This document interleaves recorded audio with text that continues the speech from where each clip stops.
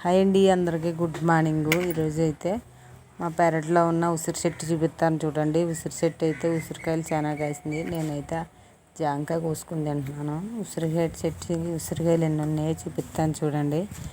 ఉసిరికాయలు అయితే చాలా కాసింది, దాచిపళ్ళు కాసినట్టు కాసేసింది. చూపిస్తాను చూడండి.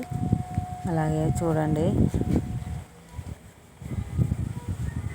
మా బాబు అయితే ఉసిరికాయలు అయితే అసలు స్కూల్కి అయితే రోజు డైలీ పట్టుకెళ్ళిపోతున్నాడు. అయ్యండి ఉసిరికాయలు అయితే ఎన్ని ఉన్నాయి చూడండి. ఉప్పు కారం వేసుకుని తింటుంటే చాలా బాగున్నాయండి. టేస్ట్గా పుల్లగా ఉండి కారంగా ఉంటున్నాయి. చాలా బాగున్నాయండి చూడండి. అయిగోండి గుత్తలాలు కాసింది. ద్రాక్షపళ్ళు గుత్తలాలన్నా సరే అలా ఉండవు, అంత అలా కాసింది చూడండి. కాయలు ఎక్కువ శాతం కింద పడిపోతున్నాయి కాయలు అయితే. మా బాబు అయితే రోజు స్కూల్కి అయితే పిల్లలు తెమ్మంటున్నారంట. అందులో ఉప్పు కారం వేసుకుంటే డైలీ ఎట్టుకెళ్ళిపోతున్నాడు. ఎందుకండి ఇక్కడ ఎర్ర జామకాయలు అన్నాను కదా, గులాబ్ జామకాయలు అంటాం మేమైతే, గులాబ్ జామకాయలు అంటాం.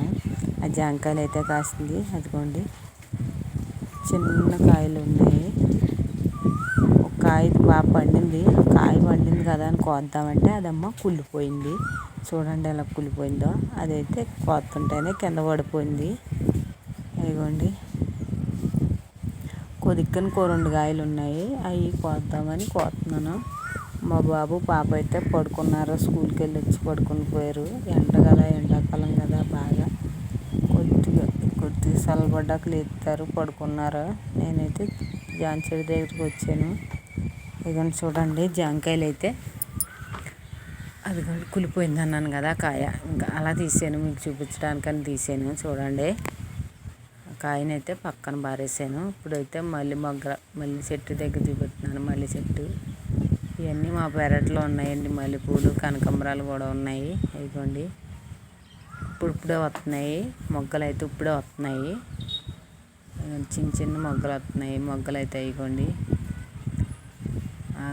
మొగ్గలు అయితే ఇప్పుడే వస్తున్నాయి.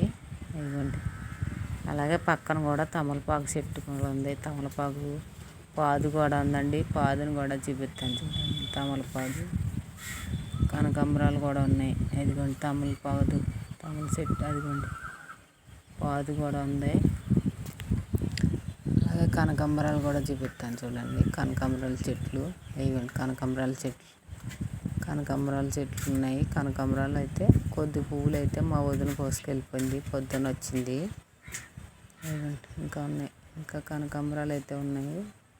అవి అయితే కింద రాలిపోతున్నాయని ఇంకా అలా చేశాను. కోసి మా పాపకైతే మాల కట్టి పెడతాను. చూడండి కనకాంబరాలు అయితే బాగా కాసాయి. ఎండాకాలం ఎక్కువగా వస్తాయండి. ఉట్టప్పుడు అయితే కాయు, ఎండాకాలం ఎక్కువగా వస్తాయి కనకాంబరాలు. వర్షాకాలం అలాంటప్పుడు అయితే కాయవండి రాలిపోతాయి కదా మొక్కలన్నీ.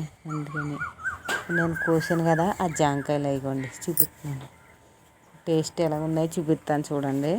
కోసి నేను తింటున్నానండి. జాంకాయలు అయితే నేను టేస్ట్ ఎలా ఉందో మీకైతే చూపిస్తున్నాను చూడండి.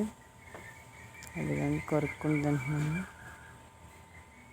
కడుక్కున్నాను, శుభ్రం కడుక్కుంది తింటున్నాను. అదిగోండి జామకాయలు అయితే, మేమైతే గులాబ్ జామకాయలు అంటాం వాటిని. మేము స్కూల్కి వెళ్ళే టైంలో అయితే 5 రూపాయలు తీసుకుండేవారు అండి ఒక్కొక్క కాయకి. ఆ కాయలు స్కూల్కి వెళ్ళేవాడు 5 రూపాయలు తీసుకుండేవారు అప్పుడులో. సరే ఫ్రెండ్స్, వీడియో నచ్చితే లైక్ చేయండి ఫ్రెండ్స్. బాయ్.